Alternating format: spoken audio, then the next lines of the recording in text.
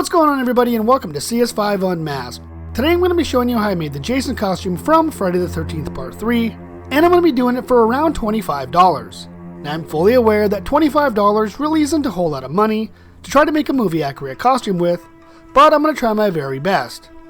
So sit back and relax, and welcome to CS5's Cost Cut Costume Tutorials. Alright, let's go and see what we're going to need for this costume.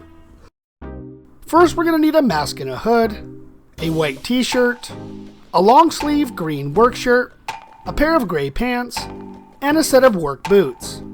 Alright, let's go ahead and start off with the mask. Now this is just a cheap Chinese mask that I picked up online and I paid around $1 for it. Now after removing the strap, I'm going to proceed to sand the mask.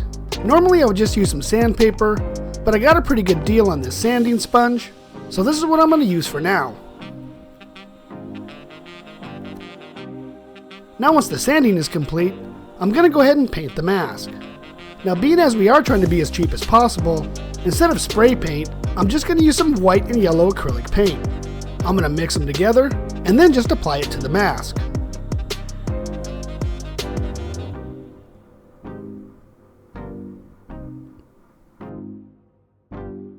Alright, that actually looks pretty good.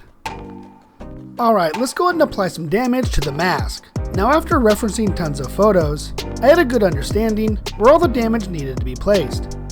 Using my pencil, I proceeded to mark out all of the locations where the damage needed to be.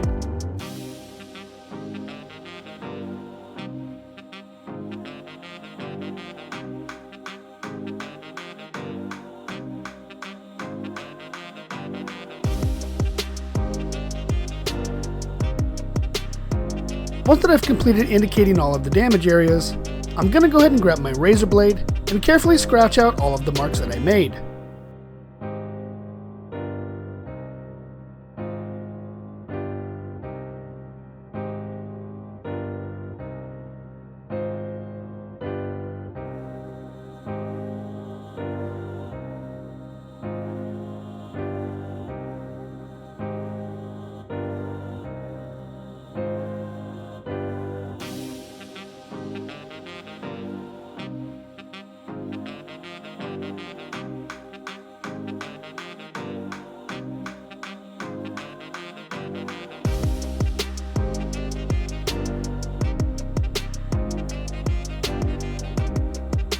Alright, now for the chevrons.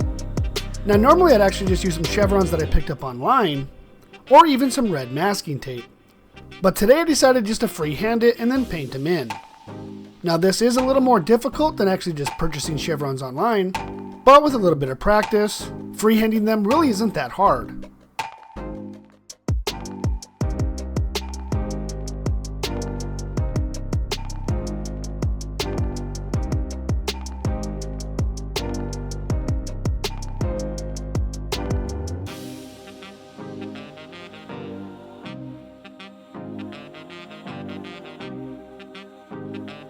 Alright, before painting on the chevrons, I'm going to proceed to dirty up the mask. I'm just going to apply some black acrylic paint to a damp cloth, and then hit key points around the mask, like all the scratches and damage, around the edge of the mask, and even on the nose.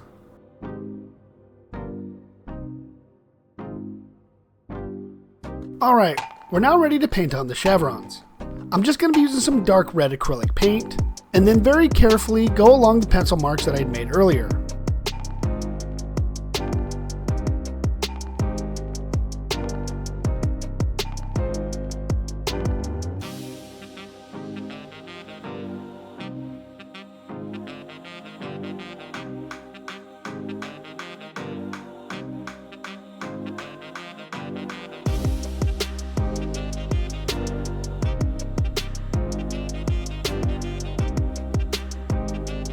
Alright, now that all the chevrons are painted on, I'm going to allow it to dry and try to fix some of the mistakes that I had made. Grabbing my X-Acto blade, I'm going to go along the edge of the chevrons, clearing up any additional paint to make each chevron look a little more uniformed. Now this is going to take a little while, so be very patient and go very slow. Alright, so the mask itself is complete. Let's go ahead and apply the strap and move on to the hood. The hood I'm actually going to be using for this costume, I've used for several other costumes. I picked this up online for just over $12, and for 12 bucks, it was actually a really good deal. Normally these run for about $20+, and I've even seen them run about $8 as well. So if you can find a good deal on one, pick it up as fast as possible, because they really don't last for that price. Being as the visibility wearing this hood wasn't very good, I proceeded to cut out the eye holes a bit larger, just so that I ensured I was able to see while wearing the costume. Alright, let's go ahead and move on to the shirt. Now this is a green work shirt that I picked up at the Goodwill, and I paid around $2 for it. I'm going to go ahead and start by grabbing my razor blade, and very carefully remove the flap on the upper right chest pocket. I'm going to take my time and do it very slow, as not to cause extreme damage to the shirt, because all I really want to do is just remove the top flap. Just trying to remove the threads that are connecting is actually a daunting task.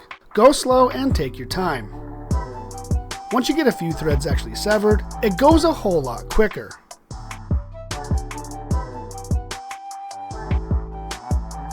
Alright, now we're going to go ahead and darken up the shirt. I'm just grabbing an old used spray bottle that I cleaned and rinsed out, and then I just filled it up with hot water. I just added some black acrylic paint, and then vigorously shook it up. I then proceeded to spray over the entire shirt, not forgetting to do the arms and even the back. I wanted to hit every little nook and cranny, just so that the shirt itself had a consistent look throughout. Overall, I ended up doing this 2 more times. Once I was done, I just hung it up to dry. Alright, as far as the t-shirt that goes under the green work shirt, I'm just going to be using one of my old t-shirts that I had lying around. Alright, let's go ahead and move on to the pants. Now these are a pair of gray pants that I got at the Goodwill, again for about $2, and I really like the way they look. I'm going to go ahead and proceed to add the knife wound just above Jason's right knee, using a piece of cardboard and a razor blade.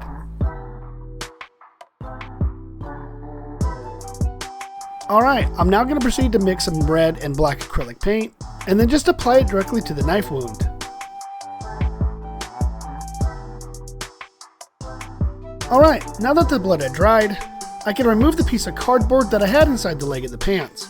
I'm just going to repeat the same method that I used for the green work shirt to darken up the pants here. Black acrylic paint in a spray bottle of hot water, and just apply it over every inch of the pants. I don't really want them too dark, so I'm only going to do 1 application. Alright, now moving on to the work boots. Now I've had these particular work boots for well over 6 years, and being as they can't be used for the job site anymore, for a Jason Part 3 costume, I think they'll work out just fine.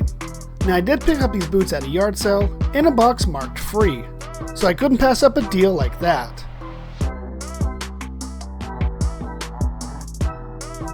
Alright, now for the last thing that we need to do to this costume, is give Jason his iconic hump. I essentially just took a regular hand towel, folded it up a few times, and then just tucked it under the shirt. Alright, let's go ahead and tally up the cost, and see how much I actually spent on this Jason Part 3 costume.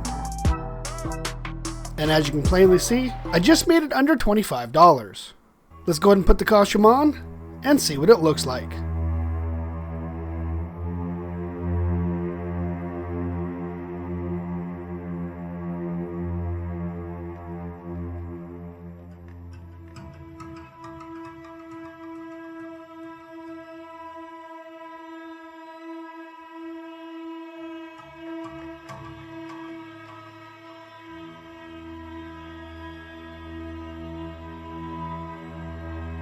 Alright, I hope everybody enjoyed the video, and how I made the Jason Part 3 costume. If you have any suggestions for costumes you'd like me to make in the future, let me know down below.